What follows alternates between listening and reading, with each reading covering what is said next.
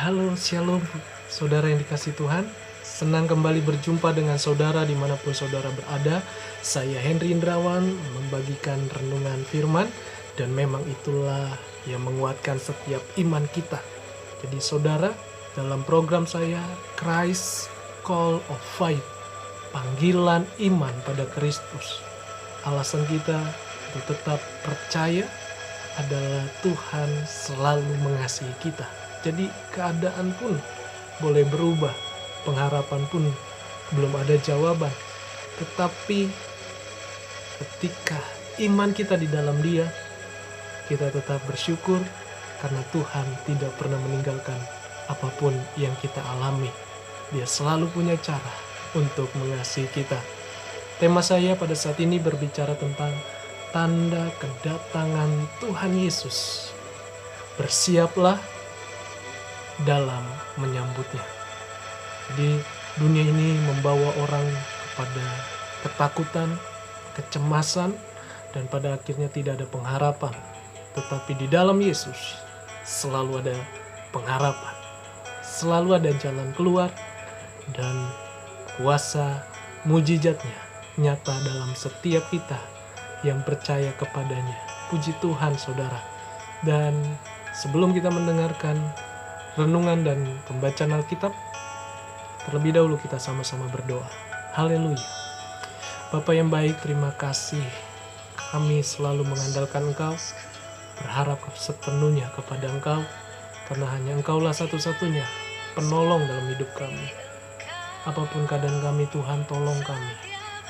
Dalam nama Yesus, kami mau belajar tentang firman-Mu sebagai tanda kedatangan Tuhan.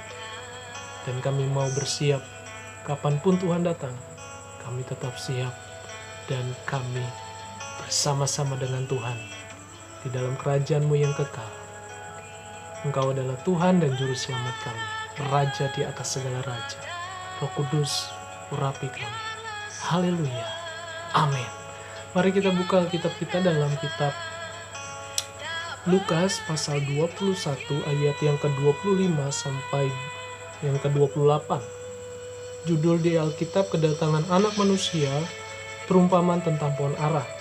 Dan akan ada tanda-tanda pada matahari dan bulan dan bintang-bintang, dan di bumi bangsa-bangsa akan takut dan bingung menghadapi deru dan gelora laut.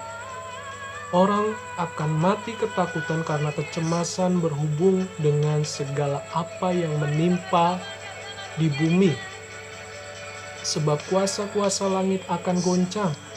Pada waktu itu orang akan melihat Anak Manusia datang dalam awan dengan segala kekuasaan dan kemuliaannya. Apabila semuanya itu mulai terjadi, bangkitlah dan angkatlah mukamu, sebab penyelamatanmu sudah dekat. Haleluya. Nah saudara, dalam tema ini berbicara tentang kedatangan Tuhan, tanda-tanda kedatangan Tuhan. Percayalah, Tuhan Yesus yang adalah Raja di dalam kekekalan akan datang kembali kedua kali untuk menjemput anak-anaknya yang telah percaya, yang hidup bagi Dia, dan juga yang sudah ditebus oleh darahnya yang kudus. Jadi Dia akan datang kembali dalam awan, dalam kuasa dan kemuliaannya untuk kita semua.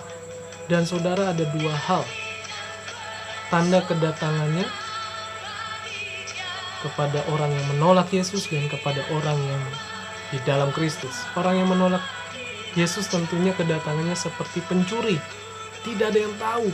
Dikatakan tadi, tanda-tanda langit dan bumi bintang-bintang akan hancur. Artinya semua yang ada ciptaan ini akan hancur saudara. Dan yang kedua tandanya adalah orang yang tidak berharap atau menolak Yesus atau di luar Yesus, mereka ketakutan, mereka cemas. Karena apa? Dunia ini menimpa mereka. Artinya ada hukuman bagi mereka yang menolak Yesus. Akan ada waktunya. Itu tanda-tanda bagi mereka yang di luar Kristus, yang tidak beriman, tidak mau hidup bagi Yesus.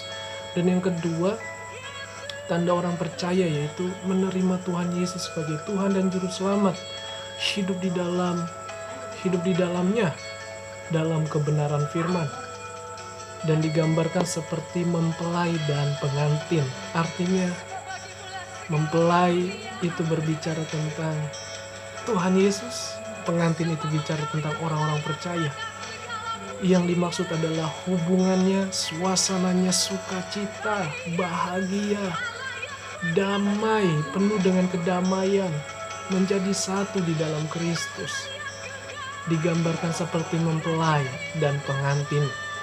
Jadi sama-sama kita akan melihat yang satu akan kena murka Tuhan atau akan dihukum, tapi yang satu akan bersama-sama dengan Tuhan dalam kemuliaannya, dalam kekuasaannya, selama-lamanya, abadi.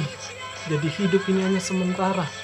Mari saudara, kita tetap melekat kepada Tuhan. Apapun keadaan kita, jangan jauh dari Tuhan. Jadi saudara yang kasih Tuhan, tetaplah setia dan selalu mengasihi Tuhan. Karena Dia sungguh mengasihi kita. Masih ada waktu, masih ada kesempatan. Mari kita hidup buat Tuhan.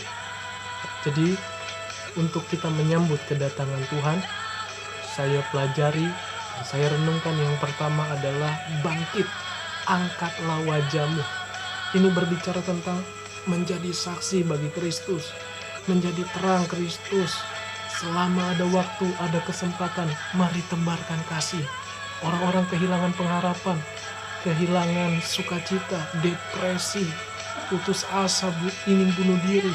Tapi kita anak Tuhan mendoakan mereka, menghibur mereka. Setidaknya kita berikan ucapan-ucapan yang membangkitkan mereka.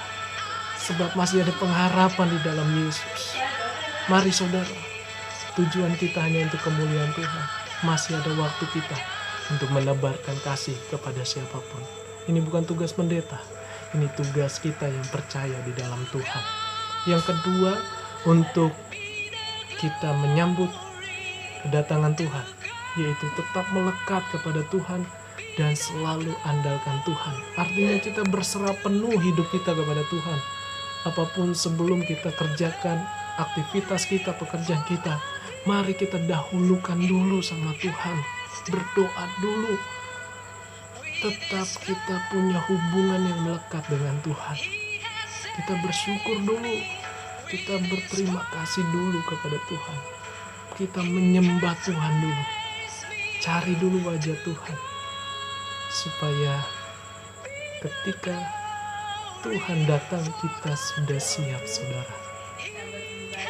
Dan jangan lupa, keadaanmu yang berat, jangan menjauh dari Tuhan. Jangan menyalahkan Tuhan terus. Jangan menyalahkan Tuhan melulu. Apapun kondisi saudara, belajar untuk tetap berserah penuh pada Tuhan. Jalani saja, alami dan nikmati saja dalam hidup ini. Karena kita adalah biji mata Tuhan yang berharga. Tuhan tidak akan membiarkan kita kok. Dikatakan Alkitab bahwa tidak mungkin kita meminta roti dikasihnya kalajengking. Tidak mungkin kita meminta sesuatu yang baik dikasihnya yang jahat. Karena Tuhan kita penuh dengan kasih. Jadi mari saudara, siaplah menyambut kedatangan Tuhan. Dan yang ketiga, yaitu menerima proses iman kita dalam Kristus. Apapun proses saudara saat ini. Mungkin kau dikucilkan, diremehkan, dihina. Karena kelihatannya engkau sok rohani atau apapun namanya. Biarkan orang lain boleh berbicara apapun tentang diri saudara. Yang terpenting adalah saudara melayani Tuhan. Saudara giat melayani Tuhan. Melayani di sini bukan hanya di gereja, tetapi mendahulukan, menyalurkan kasih. Mendoakan siapapun mereka. Khusus buat bangsa kita, doakan. Yang kita bisa tabur, doakan supaya ada pertobatan terjadi. Supaya ada kemurahan Tuhan terjadi atas bangsa kita. Dan Tuhan mengampuni bangsa kita. Itu saja yang saya bagikan. Dan biarlah ini menjadi kekuatan iman kita untuk menyambut Tuhan kedua kali. Jadi jangan lupa untuk dukung channel ini. Dan Selalu like, komen, dan subscribe, bagikan ke banyak orang. Tuhan Yesus memberkati. Haleluya.